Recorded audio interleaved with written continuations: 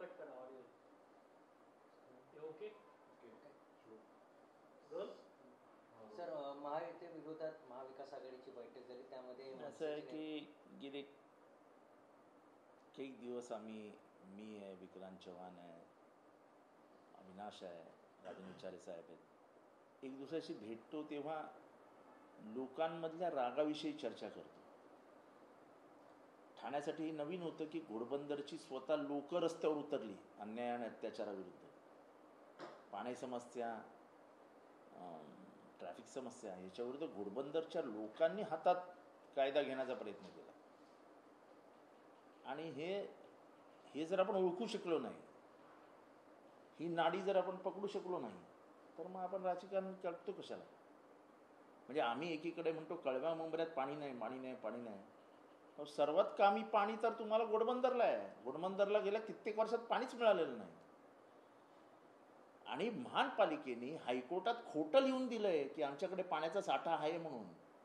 पाण्याचा साठा नाही आहे तुमच्याकडे, तुम्ही पाणी नाही देऊ शकत या शहराला. आणि पुढचे 20 वर्ष तुम्ही पाणी नाही देऊ शकणार या शहराला. पुढची 20 वर्ष 40-40, 50-50 मजल्याचे टावर काय बांधतायत. नवीन DP प्लॅनमध्ये आर झोन म्हणजे ग्रीन झोन तर गायबच झाला आहे, तो डायरेक्ट आर झोन झाला आहे. नवीन DP प्लॅन हा फ्रॉड आहे, फ्रॉड. आणि DP प्लॅन कोणी बनवत नाही, DP प्लॅन हा शासन बनवतं, त्यामुळे शासन फ्रॉड आहे. आपला एक वरिष्ठ अधिकारी 25 लाख रुपयाची लाच घेताना पकडला जातो. त्याच्या प्रमोशनचं काय, तो कुठनं आला, कसा आला, प्रमोशन कसं घेतलं, त्याचे एवढे दिवस चौकशी चालू होती, 2दा चौकशी झाली, त्या चौकशीचं काय झालं. आपल्या महानगरपालिकेमध्ये शासनातनं आलेले अधिकारी शासनात परत का जात नाहीत. त्यांना इथलं कुठलं श्रीखंडपुरी आवडायला लागतं की त्यांना वाटतं नाही नाही आपण ठाणे महानगरपालिकेतच राहूया. जो अधिकारी शासनातनं येतो प्रतिनियुक्तीवर, तो परत जातच नाही, इथेच राहतो. पाण्याचा प्रश्न आहे, ट्रॅफिकचा प्रश्न आहे. एवढा मोनोरोल मेट्रो रोल करून टाकला. अहो जगामध्ये सगळीकडे सर्व्हिस रोडला अनन्यसाधारण महत्व आहे. तुम्ही सर्व्हिस रोडच गायब करून टाकले घोडबंदर रोडवरनं. सर्व्हिस रोड गायब. काय म्हणजे ज्या लहानपणी किंवा ज्या आत्तापर्यंत आम्हाला ज्या रस्त्यांवरनं जायला 5 मिनिटं लागायची, 7 मिनिटं लागायची कुठनं कुठे जायला, आज त्यालाच 60 मिनिटं आणि 70 मिनिटं लागतात. म्हणजे ज्या महानगरपालिकेने गटर वॉटर मीटर द्यायला पाहिजे, त्यांना गटरांची व्यवस्था आहे. पाणी कसं तुंबलं या ठाण्यामध्ये तुम्ही बघताय. वॉटर बोलायलाच नको, आणि मीटरमध्ये आम्ही पैसे खाल्लेत. ठाण्यातला कचरा जातो कुठे, हा एक प्रश्न या महानगरपालिकेने आम्हाला सांगावा. 40-50 वर्ष होत आली, तुम्हाला स्वतःचं डम्पिंग ग्राउंड नाही. डम्पिंग ग्राउंड गरिबांचे जे एरिया आहेत, दिवा गरिबांचा एरिया, नेऊन टाका तिथे कचरा. नौपड्यात टाका ना कचरा. नौपडा उच्चभ्रू समाजाचा भाग आहे ना. मग आणतो आम्ही दिव्यावरनं कचरा आणि टाकतो नौपड्यामध्ये. नौपड्यातल्या लोकांनाही समजू द्या की कचऱ्याचा त्रास काय असतो. सत्ताधारी पक्षाच्या लोकांना, सत्ताधारी पक्ष BJP सत्ताधारी पक्ष आहे, मुख्यमंत्री त्यांचा आहे, त्यांना मोर्चा काढावा लागतो पाण्यासाठी. अरे आम्ही काढला तर समजू शकतो विरोधी पक्षात आहोत. सत्ताधारी पक्ष BJP मोर्चा काढतंय. त्यांचे आमदार ते बिचारे प्रामाणिक आमदार आहेत. संजय केळकर किती वेळा ओरडतात भ्रष्टाचाराबद्दल, फक्त ओरडतात बिचारे, त्यांचं ऐकतच कोण नाही.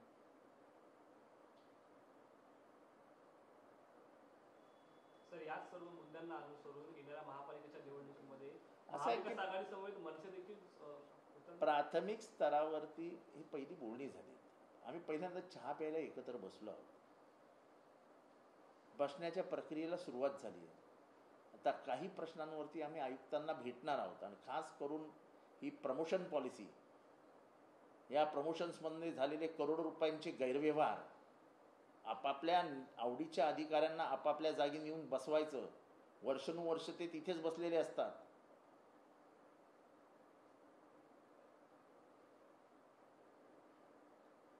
मुंबई उच्च न्यायालयाने ठाणे कोर्टातले एक जज साहेब आहेत, त्यांच्यामार्फत चुली केलेली चौकशी, त्यांनी विचारलेले प्रश्न, त्याला दिलेली उत्तरं. मी आजही सांगतो, येऊरमध्ये एवढे मोठे बंगले बांधले जातात कसे? कोण आहे त्यांचा करता करविता कोण आहे? हायकोर्टाने ऑर्डर देऊन सुद्धा अजूनही बंगल्याचं बांधकाम चालू आहे. एवढे निर्डावलेत अधिकारी आपले. डोंगर पोखरून बंगला बांधला गेलाय. कोण विचारतंय? आम्हाला मतं मिळतात, आम्ही निवडून येतो, बस संपला हिशोब. माझी माननीय मुख्यमंत्र्यांना विनंती आहे, तुम्ही 1 मॅन कमिटी अनाऊन्स केली होती, इन्क्वायरी कमिटी येऊरला, ती कुठे गायब झाली आहे कमिटी? म्हणजे माझ्यासारखा आमदार आज हा प्रश्न विचारतोय माननीय मुख्यमंत्र्यांना, मुख्यमंत्री साहेब आपण घोषणा करता जमील शेख हत्याकांडामध्ये पुनर्चौकशी होणार, फेर चौकशी होणार, नवीन अधिकारी नेमणार, जे आहे ते परत तपासलं जाणार असं आपण सांगितलं. आज त्याला 70 दिवस होऊन गेले. त्या गरीब बिचाऱ्या पोरी ज्या ही लढाई लढतायत त्यांना काय उत्तरं द्यायची हो? त्या तर तुमच्याकडे आशेने बघत होत्या की तुम्हालाही एक मुलगी आहे, तुम्ही मुलीच्या नात्याने त्यांच्याकडे बघाल. आणि आपल्या भाषणात आपण म्हटलं होतं की त्या दोघींचा आक्रोश माझ्या कानावर पडलाय. म्हणजे पॉलिटिकल कंपल्शननी मर्डरही दाबले जाणार असतील तर ही राज्यव्यवस्था धुळीला मिळाली आहे. आणि ही अपेक्षा देवेंद्र फडणवीसांकडनं नाही आहे. एखादा criminal should be treated like a criminal.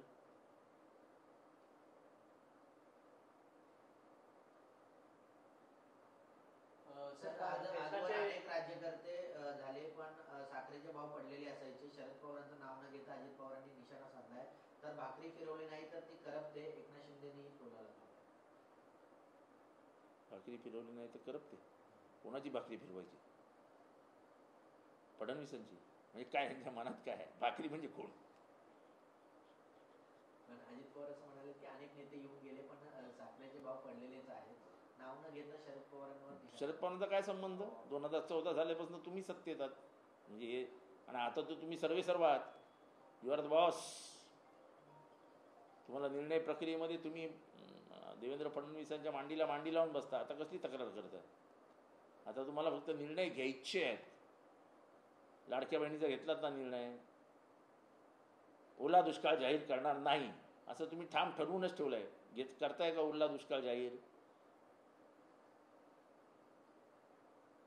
मदत करायची तुटपुंजी 8,000 रुपये असं तुम्ही ठरवलं. देताय का वाढवून? नाही. तुम्हाला जे करायचं आहे तुम्ही करतात. कशा लोकच बोलता? पण मला शिंदे साहेबांना विचारावं लागेल, भेटावं लागेल खास आता जाऊन, की भाकरी फिरवायची म्हणजे कोणाची भाकरी फिरवायची, कुठला तवा आणि कुठली भाकरी? सर, देशाचे गृहमंत्री आज अहिल्यानगर दौऱ्यावरती आहेत. मात्र जे काही विरोधी पक्षातले कार्यकर्ते आहेत त्यांची धरपकड सुरू आहे. त्यांचा रोष आहे की अमित शहा महाराष्ट्रामध्ये येऊन देखील पूरग्रस्त भागांना भेट देत नाहीये.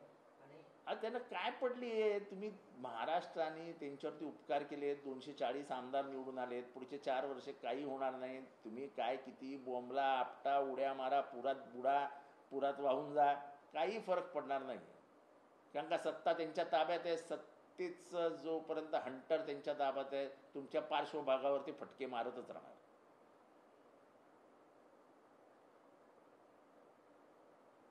त्यामुळे तुम्ही अमित शहाविरुद्ध बोंबाबोंब करा, नाही तर नरेंद्र मोदींविरुद्ध बोंबाबोंब करा. या झोपी गेलेल्या शासनाला जाग येणार नाही. आजच्या अहिल्यानगर सभेमध्ये सर्वच नेत्यांना कमळ फुल देऊन सन्मानित करण्यात आले, स्वागत करण्यात आले. चालेल, काय वाईट? चिखलातनं कोणी काढलं एवढं बघून घ्या. सर, शिंदेमध्ये आणि नाईकांमध्ये शीतयुद्ध सुरू असल्याचं काही दिवसांपासून दिसून येतंय. नाईक पुन्हा एकदा जनता दरबार ठाण्यामध्ये घेत आहेत. त्यामुळे संघर्ष वाढण्याची शक्यता. त्याने काय होत नाही. ती संघर्ष काय वाढत नाही. त्यांना अधिकार आहे. जनता दरबार घेण्याचा मंत्र्याला अधिकार आहे, ते घेत आहेत. त्यांना हौस आहे. पहिल्यापासून मी गणेश नाईकांना ओळखतो, त्यांना जनता दरबार घेण्याची हौसच आहे. सर, काल ओबीसी समितीची बैठक पार पडली. त्या बैठकीमध्ये छगन भुजबळ यांनी हैदराबाद गॅजेटचा जो GR आहे तो रद्द करायची मागणी केली होती. मात्र कोणताही ठोस त्यांना आश्वासन दिलं आणि त्यामुळे आता येणाऱ्या काळामध्ये महामोर्चा काढला जाईल असं देखील म्हटलं जातं. असं की ओबीसी वरती आमचा DNA ओबीसीचा आहे असं म्हणत म्हणत ओबीसी समाजाला धक्का देण्याचं काम या सरकारने सुरू केलेलं आहे. या सरकारने ओबीसीला अस्वस्थ करण्याचं काम सुरू केलेलं आहे आणि या सरकारलाही परवडणार नाही. आणि मला आश्चर्य या गोष्टीचं वाटतं की राष्ट्रवादी काँग्रेस पक्ष शरद पवारला त्यांनी बैठकीलाच बोलवलं नाही, विसरून गेले.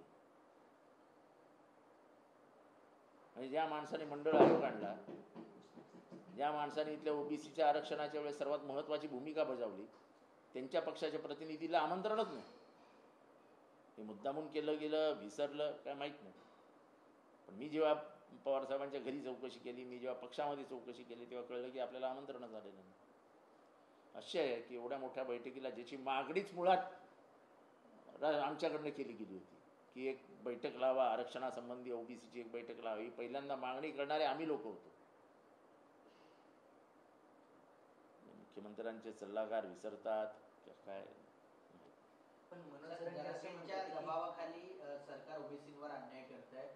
जरांगींनी 374 जाती आहेत त्या बुडवून टाकाव्यात अशा प्रकारचा संताप जो आहे तो विजय वडेट्टीवार यांनी नाही, मला असं आहे की मला ज्या पद्धतीने जातीपातीवरती हल्ले होत आहेत हा महाराष्ट्र नाही.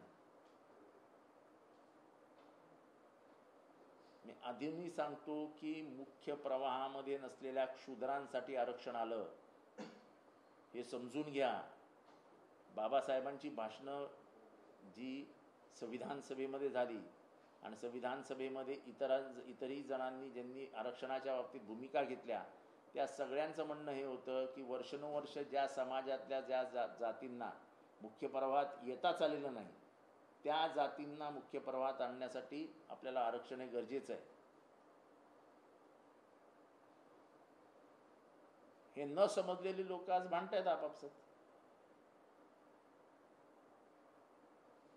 पण मनोज जरांगे पाटील यांनी असा देखील इशारा दिला धनगर समाज आणि वंजारी 1984 सालाचा जो GR आहे उपवर्ग तो आरक्षण दिले तो देखील आम्ही रद्द करू असं देखील इशारा त्यांनी दिला. असं आहे की मला वाटतं की त्याच्यातल्या कायदेशीर बाबी जर कोणी समजून सांगितल्या तसं तर मग हैदराबाद, मध्य प्रदेशमध्ये, राजस्थानमध्ये, आंध्र प्रदेशमध्ये, तामिळनाडूमध्ये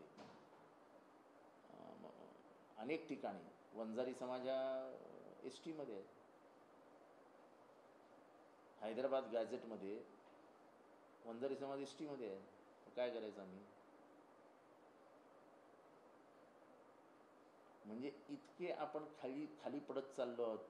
म्हणजे हे राज्य तुकारामाचे, हे राज्य ज्ञानेश्वराचे, हे राज्य फुलेंचे, शाहूंचे, आंबेडकरांचे. जात व्यवस्था नष्ट होईल म्हणून का इथे अनेकांनी कामं केली. आपण जातीमध्ये तेढ निर्माण करून आपल्या राजकारणाच्या फायद्यासाठी काय करतोय तेच कळायला मार्ग नाही. सर, एकीकडे केंद्र सरकारने GST रद्द केलाय, मात्र आता दिवाळीच्या ऐन सणासुदीला जो वीज बिल आहे, वीज बिलामध्ये वाढ झालेली आहे, 35 ते 95 पैशांची वाढ. असं आहे की आपल्या लक्षातच येत नाही की आपण सर्वात जास्त होरपळले जातो आहोत ते वीज बिलावरती. गेल्या 2 वर्षामध्ये वीज बिल इतकं वाढलं आहे की आपल्या लक्षातही येत नाही. ज्या घराचं बिल 700-1000 रुपये येत होतं त्या घराचं बिल आता 5 आणि 6000 रुपये येतं. पण एकत्रितरित्या जनता सुद्धा येत नाही. राजकीय पक्ष पुढाकार घेतला तरी जनतेला काही पडलेलं नाही. जनता आपल्या जातीपातीच्या राजकारणामध्ये, धर्माच्या राजकारणामध्ये खुश आहे, त्याच्यातच लढत राहते. त्यामुळे खिशातनं अधिकचा पैसा गेला तर काय झालं हा प्रश्न आता जनता विचारायला लागले. हा जातोय पैसा, ठीक आहे, जाऊ दे. पण हे सरकार तुम्हाला लुटतंय, सरकार तुम्हाला बर्बाद करतंय, हा सरकार तुमच्या खिशात पै पैसा काढून घेतंय हे या सर्वसामान्य जनतेच्या लक्षातच येत नाही. गृहमंत्र्यांच्या दौऱ्या आधी काही पदाधिकाऱ्यांची, मराठा बांधवांची सर कळव्यामध्ये जे आहे ते 36 वर्षानंतर प्रकरण समोर आलेलं आहे. शासनाची जागेवरती इमारत दाखवून जे आहे ते दुसऱ्या जागेत सातबारा दाखवला होता. 112 नागरिकांचा जे आहे तो प्रश्न आता तब्बल 44 कोटीचा घोटाळा समोर आलेला आहे. हा फक्त एकाच बिल्डिंगच्या बाबतीत नाही, कळव्यामध्ये अशी अनेक प्रकरणं समोर येतील. पोलिसांनी ह्याच्यात लक्ष घालावं. अनेक जण फसलेले आहेत. अतिशय गंभीर प्रकरण आहे आणि पोलिसांनी गांभीर्याने याच्यात लक्ष द्यावं. ही बिचारी गरीब मंडळी 70-70, 80-80 वर्षाची म्हातारी मंडळी बाहेर येऊन हा लढा लढत आहे. पण मला वाटतं पोलिसांना काही इंटरेस्ट नसतो. आली केस घेतली, बघितलं. पण असे किती जण इफेक्टेड आहेत याला पोलिसांनी पण न्याय दिला पाहिजे ना. पोलीस घुसले पाहिजेत ना. एखादा दरोडेखोर सापडला तर त्याने कुठे कुठे दरोडे घातलेत हे पटकन समजतं. पण दरोडेखोराला जर आपण मस्का पाव बन मस्का चहा वगैरे पाजून व्यवस्थित ठेवणार असू तर काय समजणार ते चोरी कशी झाली. पुढचं काम पोलिसांचं आहे. नागरिकांनी आपली दक्ष भूमिका घेतलेली आहे. कारखान्यांची मदत जी आहे ती FRP मधून नाही तर कारखान्यांना होणाऱ्या फायद्यातून होते.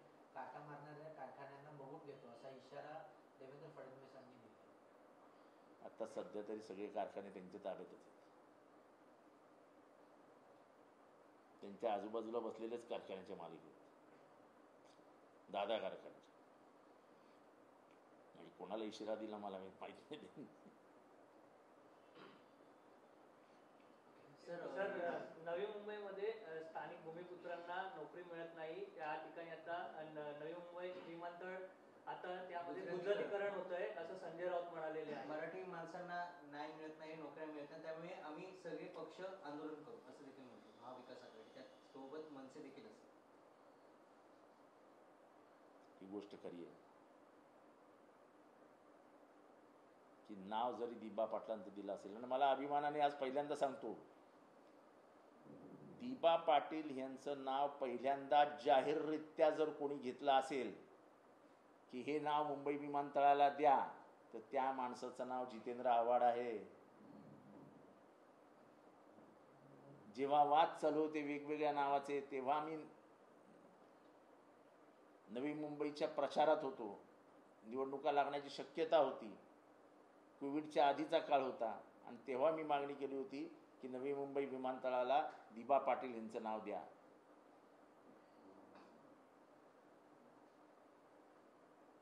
त्याच्यामुळे तिथे मराठी माणसांना नोकऱ्या मिळतील काय सगळं कॉन्ट्रॅक्टवर जाणार आहे. कॉन्ट्रॅक्ट आमचे अडाणी साहेब देणार आहेत. पण जर असं झालं तर महाविकास आघाडी आणि मनसे आंदोलन करणार देत आहेत. मात्र भूमिपुत्रांना जर नोकऱ्या नाही दिल्या तर तीव्र पडसाद जे आहेत त्या विभागातून पडण्याची शक्यता. स्थानिक भूमिपुत्रांना नोकऱ्या वगैरे आता हा इतिहास जमा झाला. ठाण्यात आलं बघा.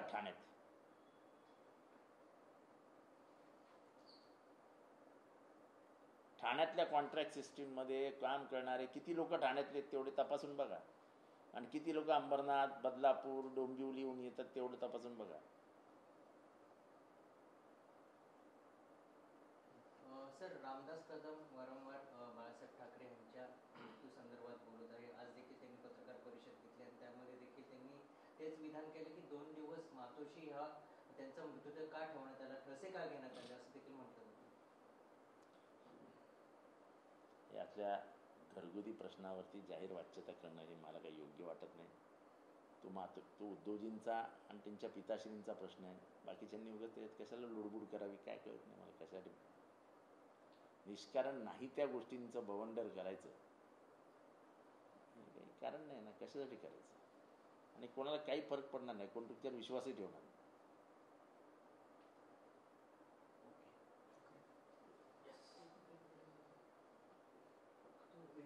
पुण्याचा प्रश्न ते आमदार बापू पठारे यांना धक्काबुक्की झाली राष्ट्रवादी. अजित पवार गटाचे बंडू खानवेशी त्यांनी धक्काबुक्की केली. आपल्या गटाचे आमदार आहेत बापू पठारे, त्यांना अजित पवार गटाचे बंडू खानवेशी आहेत, त्यांनी धक्काबुक्की केली. त्यानंतर त्या वादातून जे चालक आहे त्याला देखील मारहाण झाली. म्हणजे असं आहे की गँगच चालवत आहेत ना सध्या. पुण्यामध्ये सध्या गँगच चालवली जाते ना. काय चालू आहे पुण्यामध्ये. आंदेकर, मुणकर, कोण येथे कोणाची समर्थक आहेत? पुण्यामुळे कायदा आणि सुव्यवस्था राहिली कुठे? दिवसा ढवळ्या हत्या होत आहेत, पिंपरी चिंचवडमध्ये फायरिंग होते. तेव्हा त्या बिचाऱ्या पठाऱ्यांनी पोलीस प्रोटेक्शन घ्यावं, नाहीतर उद्या त्याची विकेट काढायला कमी मागे पुढे पडणार नाही आणि पोलीस काही करणार नाहीत. जसं जमील हत्याकांडामध्ये फोन येतात आणि तपास दाबला जातो, तसं उद्या बाबू पठारे मारले गेला तर तपास दाबला जाईल, कारण का फोन यायला सुरुवात होती. सर एकीकडे अशा म्हणजे मोठ्या घटना पुण्यामध्ये घडत आहेत, मात्र गौतमी पाटीलला अटक करण्यासाठी किंवा तिला हे करण्यासाठी त्या गौतमी पाटीलची काय चूक? कुठला मोठा गुन्हा केला होता? तिला आतमध्ये घ्या, जेलमध्ये टाका. अरे एक स्त्री आहे आणि कोणाला काय वाटायचं ते वाटू द्या. एका छोट्या समाजातनं आलेल्या पोरीने अख्खा महाराष्ट्रभर स्वतःचं नाव केलं. ह्याचा राग इथल्या काही लोकांच्या मनात आहे.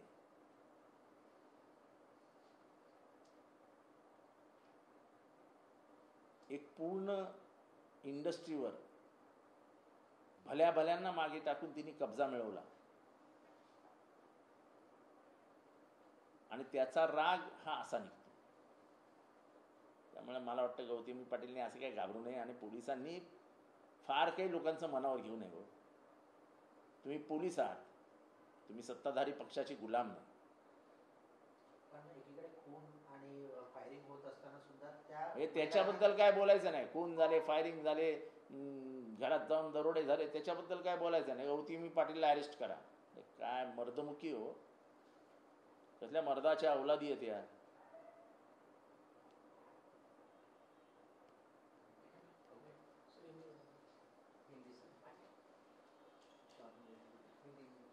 चलिए आता कुठे लागणार एवढी मोठी प्रेस कॉन्फरन्स?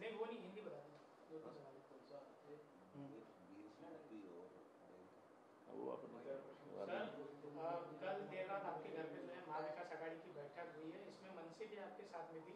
आने वाले चुनाव में किस तरीके से रणनीति होगी?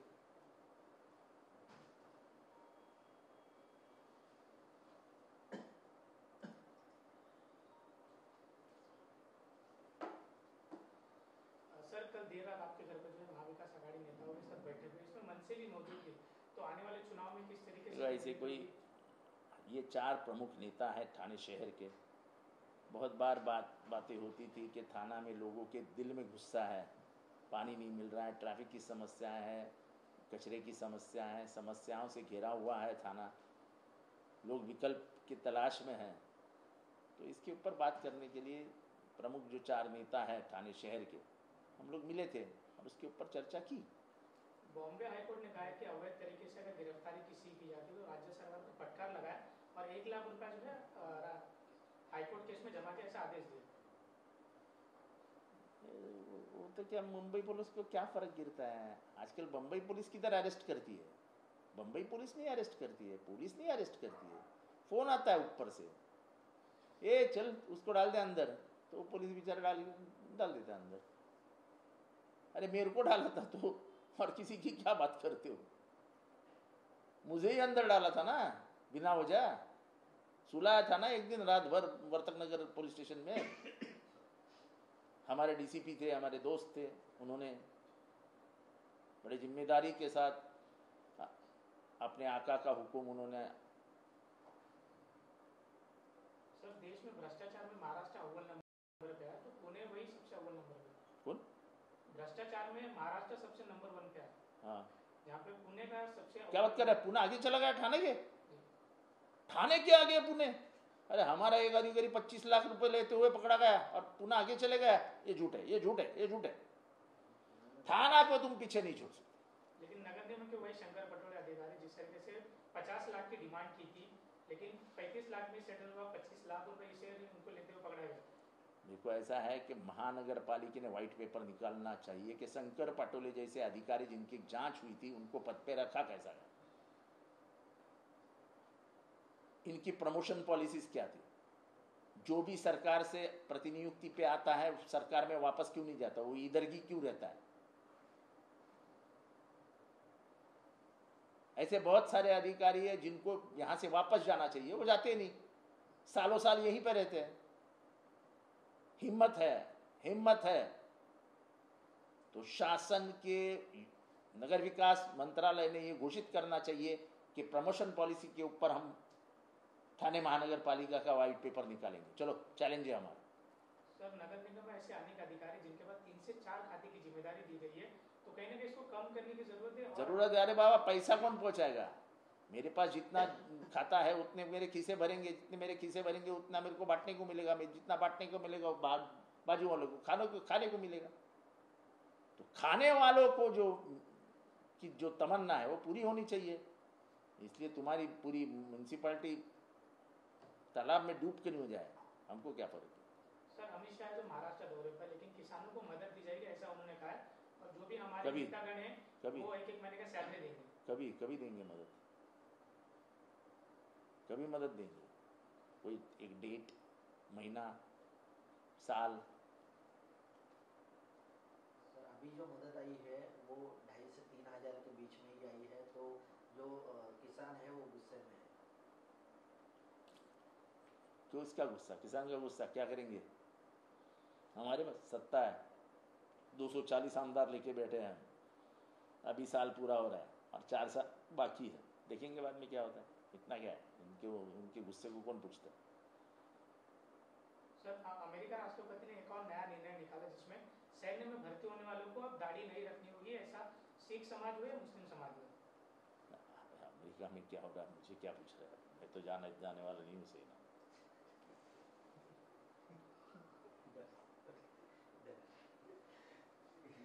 काय तरी प्रश्न विचारतो आंतरराष्ट्रीय झाला। मराठी